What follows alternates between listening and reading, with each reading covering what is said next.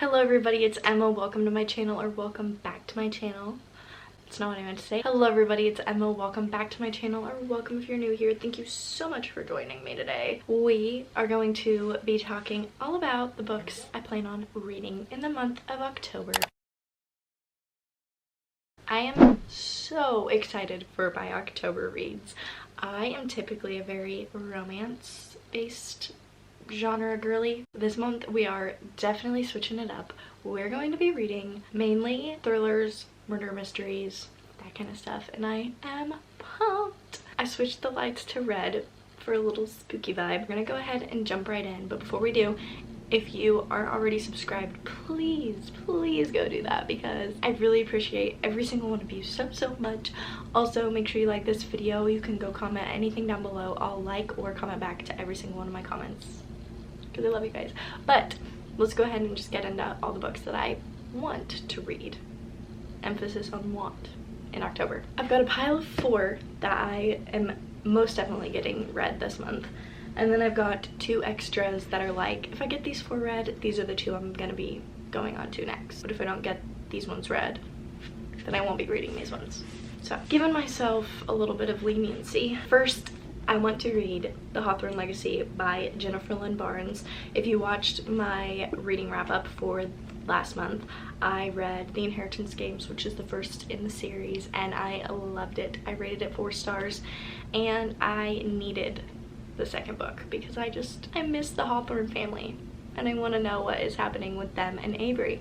So I picked up The Hawthorne Legacy, which is the second book. If you don't know what this series is about, it's about a girl named Avery Grams who inherits all of Tobias Hawthorne's money, estates, companies, planes, NFL team, everything he owns. Basically, he signs it over to her in his will, and nobody knows why. So the first book is them starting to try to figure out why he did that, and this is just the continuation of that, and I'm so excited to read this. That's the first book I will be picking up immediately, probably starting it today. The next book I'll probably pick up is Final Girls Support Group by Grady Hendrix. I'm currently watching Scream, like the MTV Scream show, the series, and I had watched the first like 2 seasons before, but I started it from the beginning because there's a 3rd season.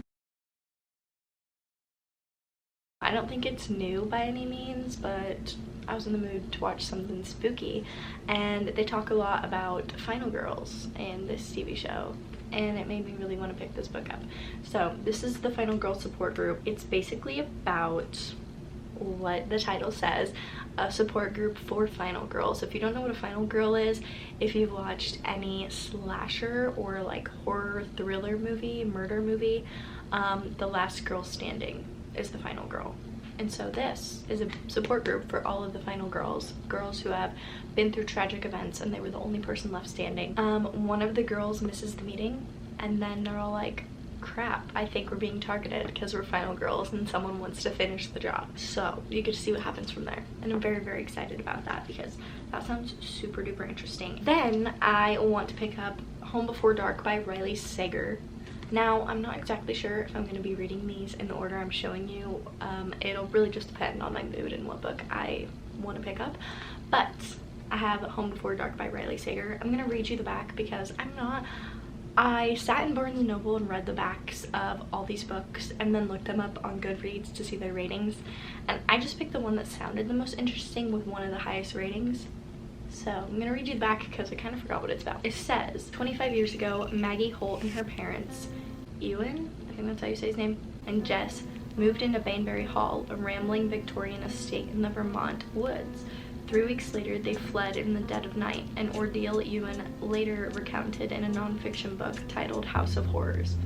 His horror memoir of ghostly happenings and encounters with malevolent spirits became a worldwide phenomenon, rivaling the Amityville Horror in popularity and skepticism. Today, Maggie is a restorer of old homes and too young to remember any of the events mentioned in her father's book. But she also doesn't believe a word of it. Ghosts, after all, don't exist. When Maggie inherits Bainbury Hall after her father's death, she returns to renovate the place to prepare it for sale, but her homecoming is anything but warm. People from the past chronicled in House of Horrors lurk in the shadows, and locals aren't thrilled that their small town has been made infamous thanks to Maggie's father. Even more unnerving is Mainbury Hall itself, a place filled with relics from another era that hint at a history of dark deeds. As Maggie experiences strange occurrences straight out of her father's book, she starts to believe that what he wrote was more fact than fiction. It sounds a lot to me like The Haunting of Hill House, and that's one of my favorite shows. I know there's an actual book called The Haunting of Hill House, but this sounds pretty similar to The Haunting of Hill House, and I love that show. So I think I'll really like this book. I'm very excited to read it. I've never read one of Riley Sayer's books, and he's a very popular thriller author. So if I like this, I might go ahead and pick up some more. There are a few of his books that I have heard of that are very popular, and they didn't have the best ratings on Goodreads, so that's why I didn't pick them up. I wanted to pick one up that people really actually liked. So I picked up Home Before Dark. It sounds very, very spooky.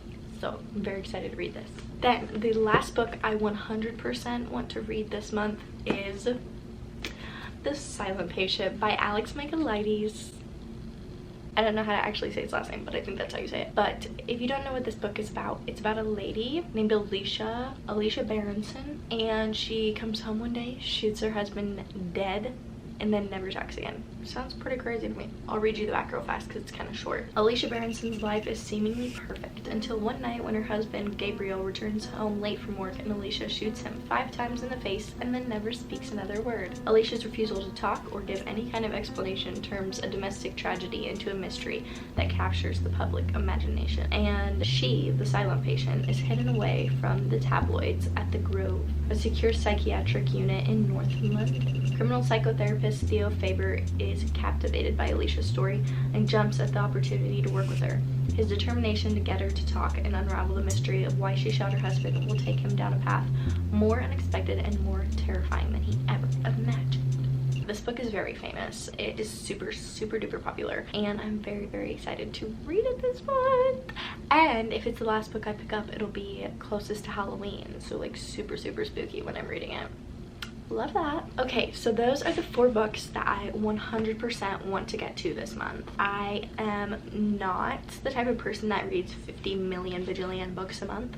If you've watched any of my wrap-ups, I read anywhere from like 3 to 5. At most, I've read 7 books in a month, so 4 seems like a pretty good in between for me. But if I happen to finish all 4 of those, then I've got these 2 books I want to pick up.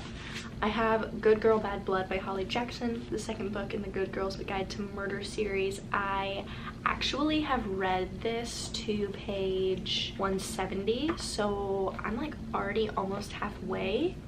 I would probably go ahead and start it over, maybe just like skim through what I've already read because I kind of remember what happened, but I DNF'd it for the time being a while ago, like this time last year kind of, and yeah, I just never picked it back up. So I will finish this if I get those 4 books read. And then I've got this book called The Lake by Natasha Preston.